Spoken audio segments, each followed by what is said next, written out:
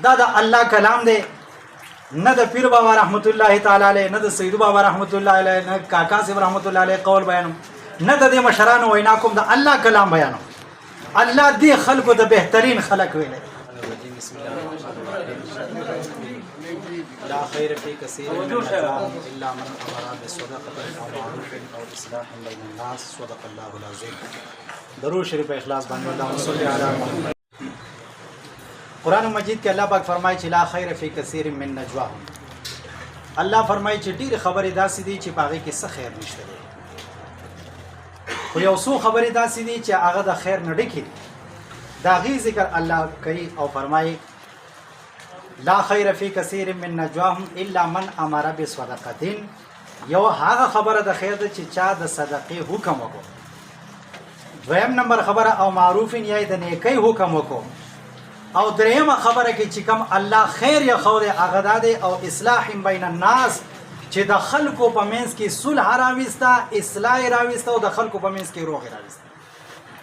دا د الله کلام دی، نه د پیر بابا رحمت الله تعالی علیه، نه د سید بابا رحمت الله علیه، نه کاکا صاحب رحمت الله علیه قول بیانوم، نه د دې مشرانو وینا کوم، د الله کلام بیانوم. الله دې خلکو د بهترین خلق ویلی، د دې خبرو د الله د خیر خبرې ویلي. د هغې خلکو په خبرو کې خیر دی کم خلک چې د دوو مسلمانانو په منځ کې روغ راولي. عزتمند مسلمانانو، یو پیغام به درته وکړم، هغه دا چې په دې دنیا کې چې چا دا کلمه ویلې چې لا اله الا الله محمد رسول الله صلی الله تعالی علیه وسلم، دا ټول مسلمانان دی ورونه دي. او ورور د حفاظت کوي، د هغه د عزت خیال کوي.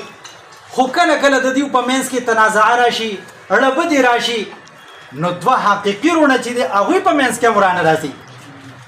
خو بیا اصلاح وشي، روغ راشي، په خپل منځ کې هغه تنازع لري کي، یو بل ته زړونه سپین شي. موږ ټول مسلمانان یو، که څوک د تحصیل ادینزی دي او که څوک د تحصیل تیمرګري دي او که د بلامبټ دي او که د سوات دي او که د دیر دي، خو چې کلمه یې ویله موږ مسلمانان یو. زمونږ په منځ کې به تنازعي هم راځي، زمونږ په منځ کې به خفګانونه هم راځي، موږ به د یو بل سره خبرې هم ترخې کوو. خو چې دا مشران ناپاسي او بیا زمونږ روغ راولي، نو ګورئ هسې نه چې موږ زړې خبرې بیا رایادې کړو.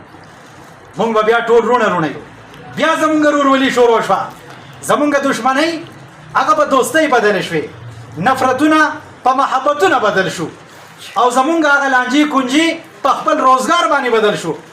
رونو هر سړی به خپل کار روزګار کوي، دشمنیانې ختمې کوي، دوستۍ قایم کوي. کم څه چې شوي هغه شوي دي، مزید به انشاءالله موږ د یو بل سره ورورولي قایمو.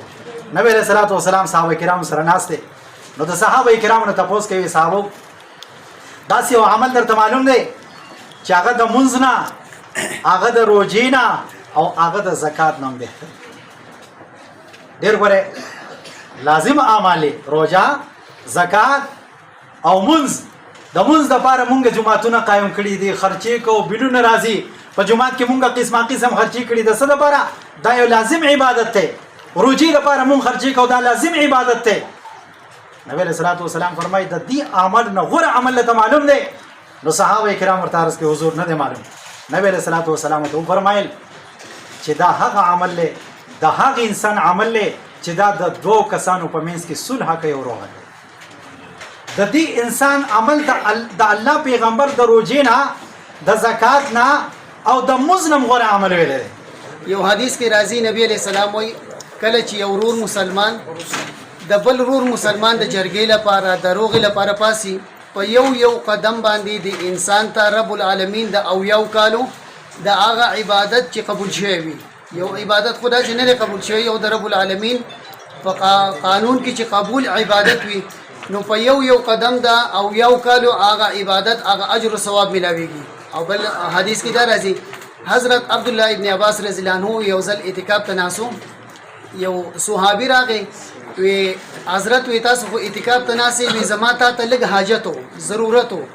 وی څه ضرورت دی؟ وی زما لږ تعلق دی یو کس سره، کاروبار کوم، وی په هغې کې چې دی نو ستا ضمانت پکار دی. عبدالله ابن عباس رضی الله عنه زر پیسار راواغېستو، را روان شو. وی ته اعتکاف ته ناسې ولې؟ وی ما د نبی علیہ السلام نه اورېدلی دي چې چا د رور مسلمان شرعي حاجت پوره کو، رب العالمین د 10 کالو د هغه قبول شوی اعتکاف هغه اجر او ثواب ورکوي.